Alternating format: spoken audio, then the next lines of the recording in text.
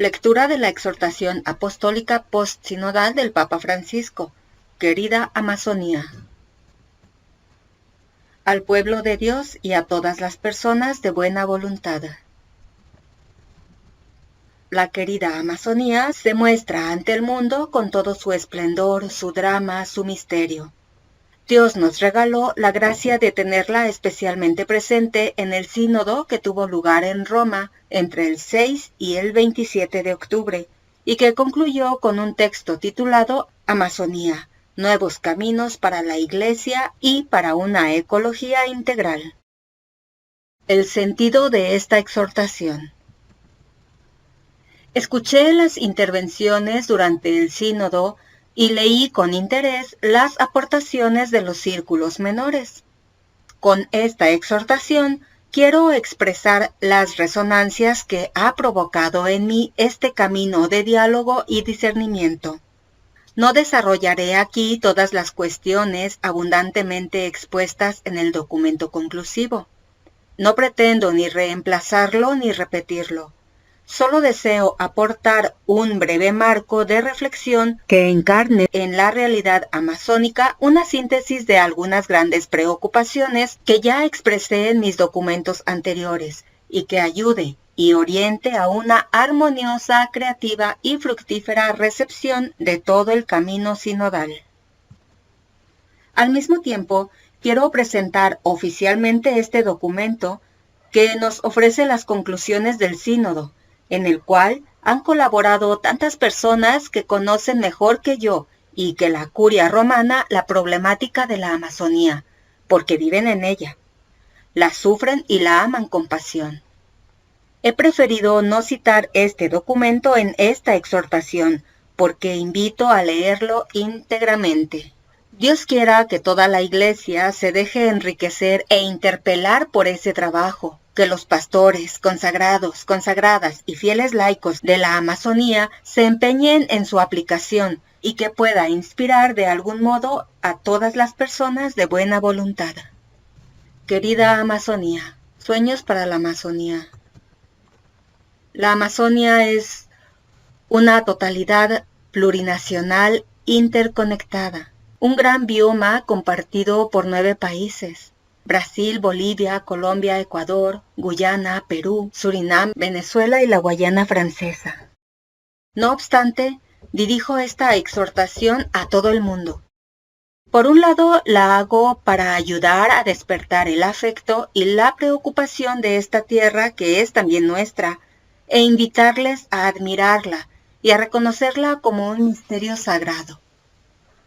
Por otro lado, porque la atención de la Iglesia a las problemáticas de este lugar nos obligan a retomar brevemente algunas cuestiones que no deberíamos olvidar y que pueden inspirar a otras regiones de la Tierra frente a sus propios desafíos.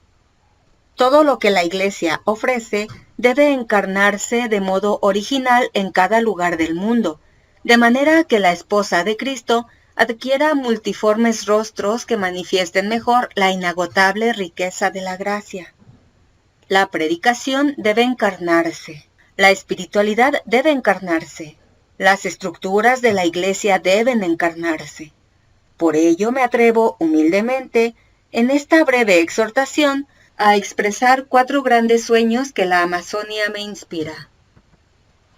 Sueño con una Amazonia que luche por los derechos de los más pobres, de los pueblos originarios, de los últimos, donde su voz sea escuchada y su dignidad sea promovida. Sueño con una Amazonia que preserve esa riqueza cultural que la destaca, donde brilla de modos tan diversos la belleza humana. Sueño con una Amazonia que custodie celosamente la abrumadora hermosura natural que la engalana, la vida desbordante que llena sus ríos y sus selvas. Sueño con comunidades cristianas capaces de entregarse y de encarnarse en la Amazonia hasta el punto de regalar a la Iglesia nuevos rostros con rasgos amazónicos. Capítulo 1. Un sueño social. Nuestro sueño es el de una Amazonía que integre y promueva a todos sus habitantes para que puedan consolidar un buen vivir. Pero hace falta un grito profético y una ardua tarea por los más pobres.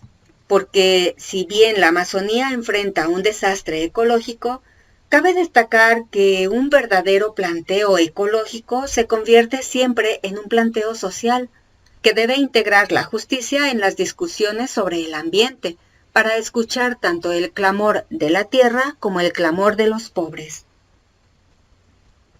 No nos sirve un conservacionismo que se preocupa del bioma, pero ignora a los pueblos amazónicos. Injusticia y crimen. Los intereses colonizadores que expandieron y expanden legal e ilegalmente la extracción de madera y la minería, y que han ido expulsando y acorralando a los pueblos indígenas, ribereños y afrodescendientes, provocan un clamor que grita al cielo. Son muchos los árboles donde habitó la tortura y vastos los bosques comprados entre 1000 muertes. Los madereros tienen parlamentarios y nuestra Amazonía ni quien la defienda. Exilian a los loros y a los monos. Ya no será igual la cosecha de la castaña. Esto alentó los movimientos migratorios más recientes de los indígenas hacia las periferias de las ciudades. Allí no encuentran una real liberación de sus dramas, sino las peores formas de esclavitud, de sometimiento y miseria. En estas ciudades, caracterizadas por una gran desigualdad, donde hoy habita la mayor parte de la población de la Amazonia, crecen también la xenofobia, la explotación sexual, el tráfico de personas. Por eso, el grito de la Amazonia no brota solamente del corazón de las selvas, sino también desde el interior de sus ciudades. No es necesario que yo repita aquí los diagnósticos tan amplios y completos que fueron presentados antes y durante el sínodo. Recordemos al menos una de las voces escuchadas. Estamos siendo afectados por los madereros, ganaderos y otros terceros, amenazados por actores económicos que implementan un modelo ajeno en nuestros territorios. Las empresas madereras entran en el territorio para explotar el bosque. Nosotros cuidamos el bosque para nuestros hijos. Tenemos la carne, pesca, remedios vegetales, árboles frutales. La construcción de hidroeléctricas y el proyecto de hidrovías impacta sobre el río y sobre los territorios. Somos una región de territorios robados. Ya mi predecesor, Benedicto XVI, denunciaba la devastación ambiental de la Amazonía y las amenazas a la dignidad humana de sus poblaciones. Quiero agregar que muchos dramas estuvieron relacionados con una falsa mística amazónica.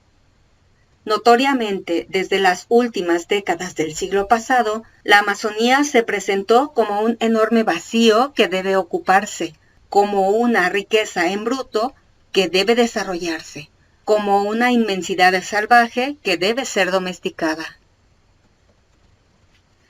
Todo esto con una mirada que no reconoce los derechos de los pueblos originarios o sencillamente los ignora como si no existieran o como si esas tierras que ellos habitan no les pertenecieran. Aún en los planes educativos de niños y jóvenes, los indígenas fueron vistos como intrusos o usurpadores. Sus vidas, sus inquietudes, su manera de luchar y de sobrevivir no interesaban, y se los consideraba más como un obstáculo del cual liberarse que como seres humanos con la misma dignidad de cualquier otro y con derechos adquiridos. Algunos eslóganes aportaron a esta confusión, entre otros aquel de no entregar.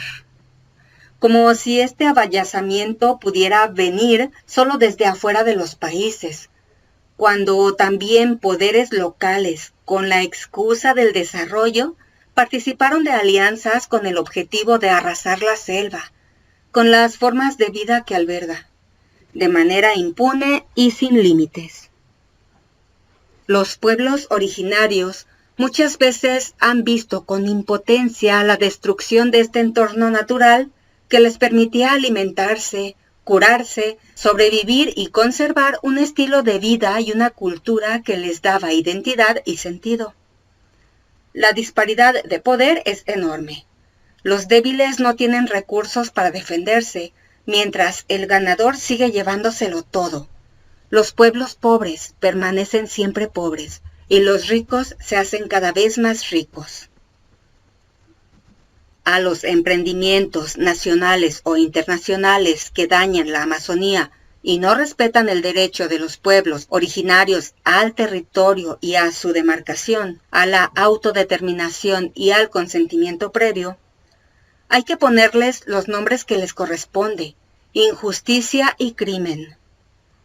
Cuando algunas empresas sedientas de rédito fácil se apropian de los territorios y llegan a privatizar hasta el agua potable, o cuando las autoridades dan vía libre a las madereras, a proyectos mineros o petroleros y a otras actividades que arrasan las selvas y contaminan el ambiente, se transforman indebidamente las relaciones económicas y se convierten en un instrumento que mata. Se suele acudir a recursos alejados de toda ética, como penalizar las protestas e incluso quitar la vida a los indígenas que se oponen a los proyectos, provocar intencionalmente incendios forestales o sobornar a políticos y a los mismos indígenas. Esto viene acompañado de graves violaciones de los derechos humanos y de nuevas esclavitudes que afectan especialmente a las mujeres, de la peste del narcotráfico que pretende someter a los indígenas o de la trata de personas que se aprovecha de quienes fueron expulsados de su contexto cultural. No podemos permitir que la globalización se convierta en un nuevo tipo de colonialismo. Indignarse y pedir perdón. Es necesario indignarse, como se indignaba Moisés, como se indignaba Jesús, como Dios se indigna ante la injusticia. No es sano que nos habituemos al mal, no nos hace bien permitir que nos anestesien la conciencia social, mientras una estela de depilación e incluso de muerte por toda nuestra región pone en peligro la vida de millones de personas, y en especial el hábitat de los campesinos e indígenas. Las historias de injusticia y crueldad ocurridas en la Amazonia, aún durante el siglo pasado, deberían provocar un profundo rechazo, pero al mismo tiempo tendrían que volvernos más sensibles para reconocer formas también actuales de explotación humana, de atropello y de muerte. Con respecto al pasado vergonzoso, recojamos, por ejemplo, una narración sobre los padecimientos de los indígenas de la época del caucho en la Amazonía venezolana. A los indígenas no les daban plata, solo mercancía y cara, y nunca terminaban de pagarla. Pagaban, pero le decían al indígena: usted está debiendo tanto, y tenía que volver el indígena a trabajar. Más de 20 pueblos yecuana fueron enteramente arrasados. Las mujeres yecuana fueron violadas y amputados sus pechos, las encintas desventradas. A los hombres se les cortaban los dedos de las manos o las muñecas a fin de que no pudieran navegar, junto con otras escenas del absurdo sadismo. Esta historia de dolor y de desprecios no se sana fácilmente. Y la colonización no se detiene, sino que en muchos lugares se transforma, se disfraza y se disimula, pero no pierde la prepotencia contra la vida de los pobres y la fragilidad del ambiente. Los obispos de la Amazonía brasileña recordaron que la historia de la Amazonía revela que siempre fue una minoría la que lucraba a costa de la pobreza de la mayoría y de la depredación sin escrúpulos de las riquezas naturales de la región, dádiva divina para los pueblos que aquí viven desde milenios y para los migrantes que llegaron a lo largo de los siglos pasados. Al mismo tiempo que dejamos brotar una sana indignación, recordamos que siempre es posible superar las diversas mentalidades de colonización para construir redes de solidaridad y desarrollo. El desafío consiste en asegurar una globalización de la solidaridad, una globalización sin dejar a nadie al margen. Se pueden buscar alternativas de ganadería y agricultura sostenibles, de energías que no contaminen, de fuentes dignas de trabajo que no impliquen la destrucción del medio ambiente y de las culturas. Al mismo tiempo, hace falta asegurar para los indígenas y para los pobres una educación adaptada que desarrolle sus capacidades y los empodere. Precisamente en estos objetivos se juega la verdadera astucia y la genuina capacidad de los políticos. No será para devolver a los muertos la vida que se les negó, ni siquiera para compensar a los sobrevivientes de aquellas masacres, sino al menos para ser hoy realmente humanos. Nos alienta a recordar que, en medio de los graves excesos de la colonización de la Amazonia, llena de contradicciones y desgarramientos, muchos misioneros llegan allí con el Evangelio, dejando sus países y aceptando una vida austera y desafiante cerca de los más desprotegidos.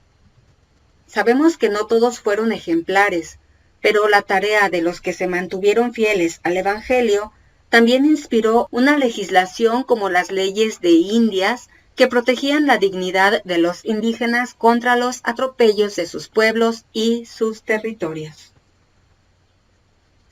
Dado que frecuentemente eran los sacerdotes quienes protegían de salteadores y abusadores a los indígenas, los misioneros relatan: nos pedían con insistencia que no los abandonáramos y nos arrancaban la promesa de volver nuevamente. En el momento actual, la Iglesia no puede estar menos comprometida y está llamada a escuchar los clamores de los pueblos amazónicos para poder ejercer con transparencia su rol profético. Al mismo tiempo, ya que no podemos negar que el trigo se mezcló con la cizaña y que no siempre los misioneros estuvieron del lado de los oprimidos, me avergüenzo y una vez más pido humildemente perdón, no solo por las ofensas de la propia Iglesia, sino por los crímenes contra los pueblos originarios durante la llamada conquista de América, y por los atroces crímenes que siguieron a través de toda la historia de la Amazonia. A los miembros de los pueblos originarios les doy gracias, y les digo nuevamente que ustedes con su vida son un grito a la conciencia. Ustedes son memoria viva de la misión que Dios nos ha encomendado a todos: cuidar de la casa común. Sentido comunitario. La lucha social implica una capacidad de fraternidad, un espíritu de comunión humana. Entonces, sin disminuir la importancia de la libertad personal, se evidencia que los pueblos originarios de la Amazonia tienen un fuerte sentido comunitario. Ellos viven de ese modo el trabajo, el descanso, las relaciones humanas, los ritos y las celebraciones. Todo se comparte. Los espacios privados, típicos de la modernidad, son mínimos. La vida es un camino comunitario donde las tareas y las responsabilidades se dividen y se comparten en función del bien común. No hay lugar para la idea del individuo desligado de la comunidad o de su territorio. Esas relaciones humanas están impregnadas por la naturaleza circundante, porque ellos la sienten y perciben como una realidad que integra su sociedad y su cultura como una prolongación de su cuerpo personal, familiar y grupal. Aquel lucero se aproxima, aletean los colibríes. Más que la cascada truena mi corazón. Con esos tus labios regaré la tierra, que en nosotros juegue el viento.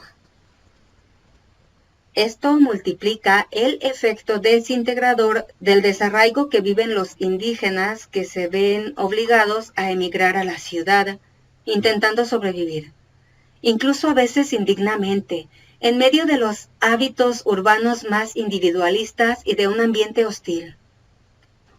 ¿Cómo sanar tanto daño?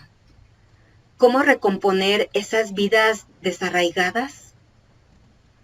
Frente a tal realidad, hay que valorar y acompañar todos los esfuerzos que hacen muchos de estos grupos para conservar sus valores y estilo de vida, e integrarse a los contextos nuevos sin perderlos, más bien ofreciéndolos como una contribución propia al bien común. Cristo redimió al ser humano entero y quiere recomponer en cada uno su capacidad de relación con los otros. El Evangelio propone caridad divina que brota del corazón de Cristo y que genera una búsqueda de justicia que es inseparablemente un canto de fraternidad y de solidaridad, un estímulo de la cultura del encuentro. La sabiduría de la manera de vivir de los pueblos originarios, aún con todos los límites que pueda tener, nos estimula a profundizar este anhelo. Por esa razón, los obispos del Ecuador reclamaron un nuevo sistema social y cultural que privilegie las relaciones fraternas en un marco de reconocimiento y valoración de las diversas culturas y de los ecosistemas, capaz de oponerse a toda forma de discriminación y dominación entre los seres humanos. Sentido comunitario. En Laudato Si recordábamos que si todo está relacionado, también la salud de las instituciones de una sociedad tiene consecuencias en el ambiente y en la calidad de la vida humana. Dentro de cada uno de los niveles sociales y entre ellos se desarrollan las instituciones que regulan las relaciones humanas. Todo lo que las dañe entraña efectos nocivos como la pérdida de la libertad, la injusticia y la violencia. Varios países se rigen con un nivel institucional precario a costa del sufrimiento de las poblaciones. ¿Cómo están las instituciones de la sociedad civil en la Amazonía? El Instrumentum Laboris del Sínodo, que recoge muchas aportaciones de personas y grupos de la Amazonia, se refiere a una cultura que envenena al Estado y sus instituciones, permeando todos los estamentos sociales, incluso las comunidades indígenas. Se trata de un verdadero flagelo moral. Como resultado se pierde la confianza en las instituciones y en sus representantes, lo cual desprestigia totalmente la política y las organizaciones sociales. Los pueblos amazónicos no son ajenos a la corrupción y se convierten en sus principales víctimas. No podemos excluir que miembros de la Iglesia hayan sido parte de las redes de corrupción, a veces hasta el punto de aceptar guardar silencio a cambio de ayudas económicas para las obras eclesiales. Precisamente por esto han llegado propuestas al sínodo que invitan a prestar una especial atención a la procedencia de donaciones u otra clase de beneficios, así como las inversiones realizadas por las instituciones eclesiásticas o los cristianos. Diálogo social. La Amazonia debería ser también un lugar de diálogo social, especialmente entre los distintos pueblos originarios para encontrar formas de comunión y de lucha conjunta. Los demás estamos llamados a participar como invitados y a buscar con sumo respeto caminos de encuentro que enriquezcan la Amazonia. Pero si queremos dialogar, deberíamos hacerlo ante todo con los últimos. Ellos no son un interlocutor cualquiera a quien hay que convencer, ni siquiera son uno más sentado en una mesa de pares. Ellos son los principales interlocutores, de los cuales ante todo tenemos que aprender, a quienes tenemos que escuchar por un deber de justicia y a quienes debemos pedir permiso para poder presentar nuestras propuestas. Su palabra, sus esperanzas, sus temores deberían ser la voz más potente en cualquier mesa de diálogo sobre la Amazonia. Y la gran pregunta es, ¿cómo imaginan ellos mismos su buen vivir para ellos y sus descendientes? El diálogo no solamente debe privilegiar la opción preferencial por la defensa de los pobres, marginados y excluidos, sino que los respeta como protagonistas. Se trata de reconocer al otro y de valorarlo como otro, con su sensibilidad, sus opciones más íntimas, su manera de vivir y trabajar. De otro modo, lo que resulte será, como siempre, un proyecto de unos pocos para unos pocos. Cuando no, un consenso de escritorio o una efímera paz para una minoría feliz. Si esto sucede, es necesaria una voz profética, y los cristianos estamos llamados a hacerla oír. De aquí nace el siguiente sueño, un sueño cultural. Terminamos con la lectura del capítulo 1 de la exhortación apostólica, querida Amazonia. En el siguiente video vamos a dar lectura al capítulo 2, un sueño cultural. Muchas gracias a todos por acompañarme y hasta la próxima.